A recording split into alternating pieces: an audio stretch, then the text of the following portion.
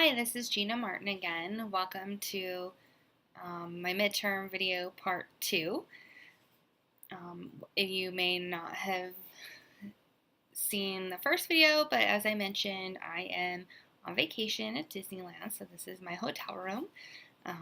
Behind me is my backdrop, and I mentioned or alluded to some experiences that I've seen over the past few days that lend well to the topic for my midterm, so I will touch on that a little bit in this video. So for this topic, I'd like to focus on another area of the body and the social construction of the body, focusing on weight and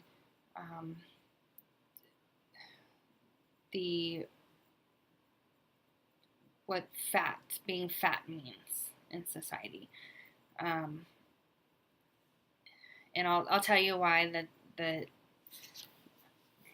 has become relevant for me in the past few days in a minute. But what was the course materials that really resonated with me, or a couple.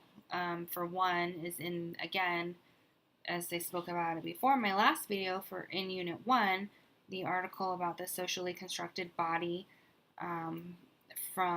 by Judith Lorber and Patricia Yancey.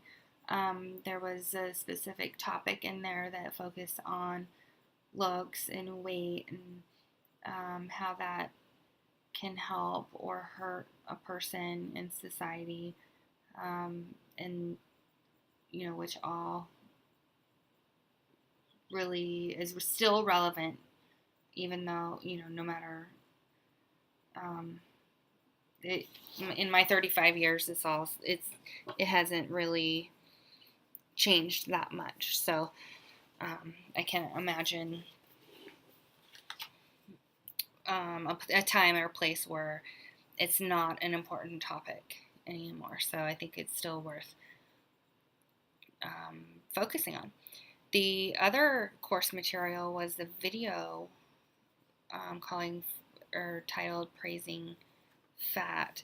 It was a very short video in our course materials in praise of fat, with the model and the porn star, showing sexual desire and how the body, the looks of the body doesn't change, and they act and what that looks like. So I found that very interesting.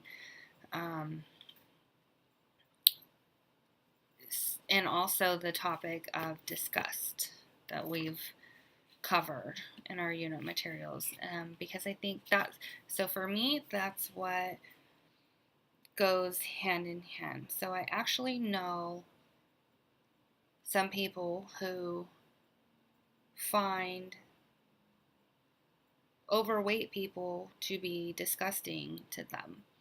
And I don't know that it's really more of a looks thing, of they're not attracted to them and they're speaking of sexual desire, but more of a health thing. And they really, because these people that I'm speaking of and referring to are very conscious of health and how the body works, and they're vegetarians, and they spend a lot of time researching and focusing on what's good and bad for your body, and they don't even stop to think, and they just at face value believe that anybody who has excess fat, they don't even have to be really large, or just people who have excess fat are doing something wrong that they can control. And so in their minds, it is a lack of willpower, lack of motivation, laziness. And so to them, that's disgusting. And it's hard for me to hear, honestly, when I'm around it. And it makes me hurt. I don't know, it isn't right. But the reason why I was thinking about this is because, I'm at Disneyland, and we're doing a lot of activities, and you can imagine the number of people that are here walking around, and Um, a lot of them overweight, as we have in our society. Not to mention, I'm not the picture of society's perfect body, but um, I was really thinking about it in one particular experience today, actually, when took my son up to the superhero exhibit to meet Thor, and you go with a group of people and you go into the room, and you get to meet him one on one, and he does his superhero act that I know nothing about, but there were a group of people actually that seemed to be together as some part of event that were most of them were overweight, and then some other people, just a few of us that weren't a part of the group event that were in this setting together. And maybe I'm just hypersensitive to it, but I could sense, I could feel, I could sort of see the judgment happening of this group. And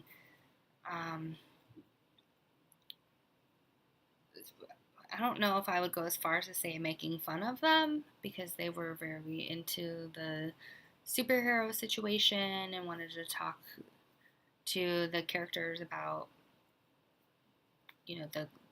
the stuff that happens in the comic books. But for me, it felt like it was um, a judgment situation where they were looking down on these people because of their weight, because of what our society is like, the construction that we have built, that, like I said, has perpetuated for years and is still everywhere you turn. And it just is really, really sad to me. So the one thing that stood out to me in the course materials, though, that really I resonated with, is that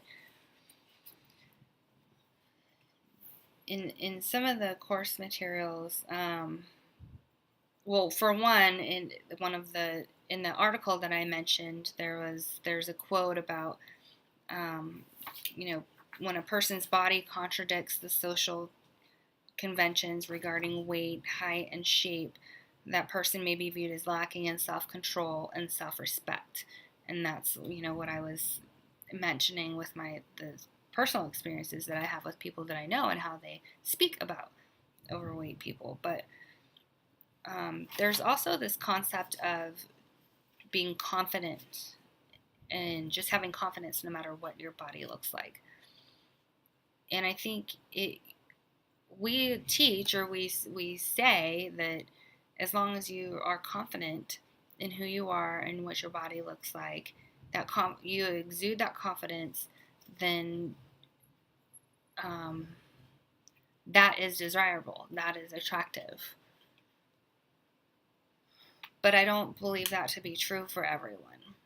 I think when we're saying that, when I say we're, I think the what society expects is that a person who looks like they're supposed to look, but still doesn't think that they've attained the perfect society. Like, so the girl who fits all of the specific, the weight, the height, the race, whatever, but she doesn't think she's missing a piece. They want her to be confident.